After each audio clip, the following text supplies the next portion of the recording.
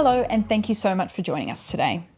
My name's Emma Sisson, and I'm joined by Alistair Kelly and Tally Robinson from SEG Newgate.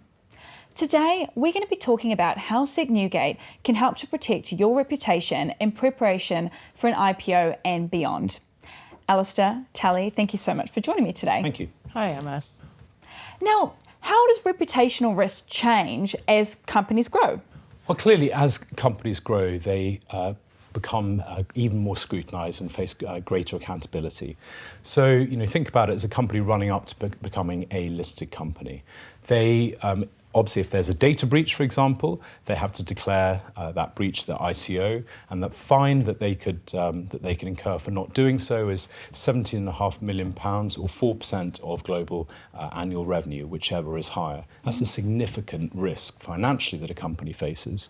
Obviously, there's greater scrutiny from policymakers, from regulators, from citizens and activists, but also ultimately from the media as well. So it's really just a greater awareness and understanding in the public profile as companies grow. Mm-hmm. And what are some of the biggest reputational risks? What specific threats are increasing? I mean, there's really a multitude of risks that companies face without trying to scaremonger, but recently we're seeing obviously Gen AI is a massive factor, and companies are being attacked below and above the line in terms of misinformation and disinformation. So they really have to be on their game there. Cyber attacks are increasing, and Tally will talk more about some of our experiences there shortly. And really there's just that, as I said earlier, that rise of the citizen activists, that citizen journalists who can start a campaign very, very easily. And those campaigns can jump quickly from the sort of back rooms and being niche issues to being mainstream and a significant reputational threat.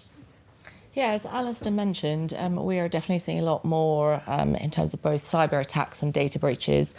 The figures also show they're very much on the rise. In 2023, there was a 78% increase in data breaches compared to 22.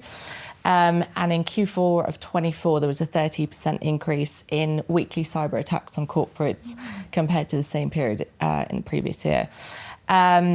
So what we're finding is, regardless of size, regardless of sector, all companies are very much at risk. They are a very tricky thing to deal with from a reputational perspective, because very often it means entire systems for companies are shut down overnight. So there's a huge amount of preparation and training that needs to happen for those.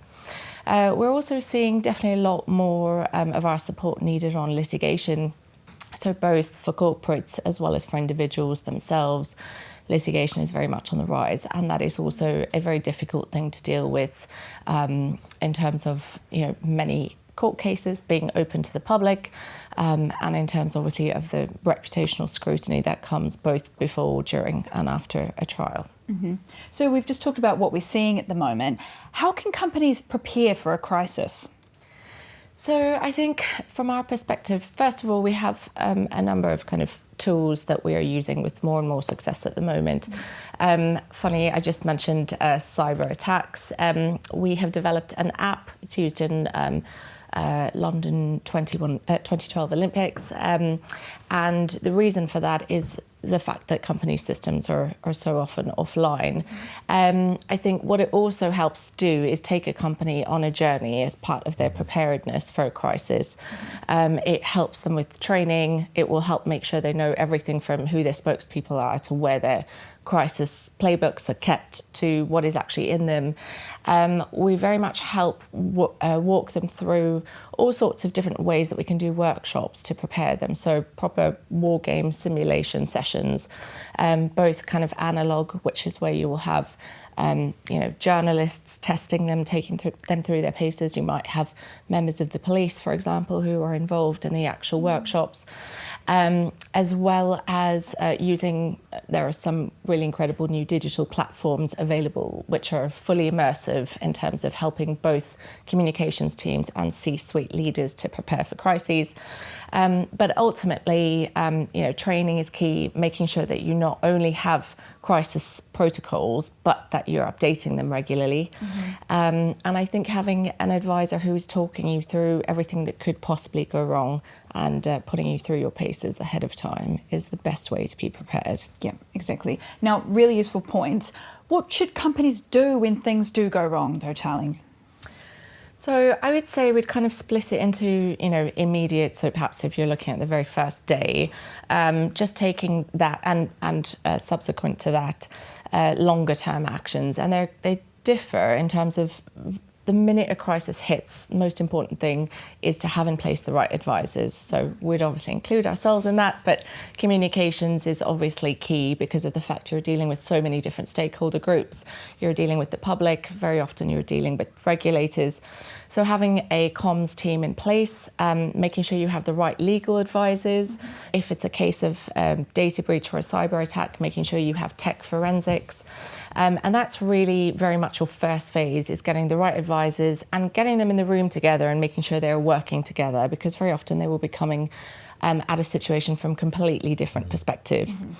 So I would say that is the first step. Going forward, slightly more complicated. Well, I mean, linked to that is the understanding roles and responsibilities. And I think that's one of the things that we find and we see as being one of the common failings and challenges. So, I always like to say an issue, doesn't need to become a crisis. And regularly people say, oh, we've got a crisis. Actually, it's not a crisis until it actually becomes a crisis. It's how well you manage and your advisors manage that issue.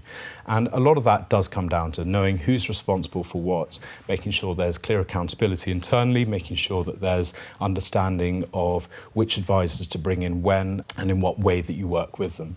And that then is really it's about the ongoing monitoring as well. So one of the main things that we've seen, as I mentioned earlier, AI and digital, and that social sort of traction that quickly builds up in an issue that could become a crisis, is because you don't necessarily know who's saying what, or something escalates. It jumps from being a niche issue to being something that's mainstream. So for us, one of the very first things is to make sure that we're doing the highest level and sophisticated digital monitoring, both on public forums and where possible on other forums as well. And so it's really just making sure that everyone is aware of what is happening when, what is being said when, and how we then can mitigate what is being said by that particular stakeholder. Yeah, really useful advice. Alistair, Tali, thank you so much for joining me. Thanks. Thank you. Thanks.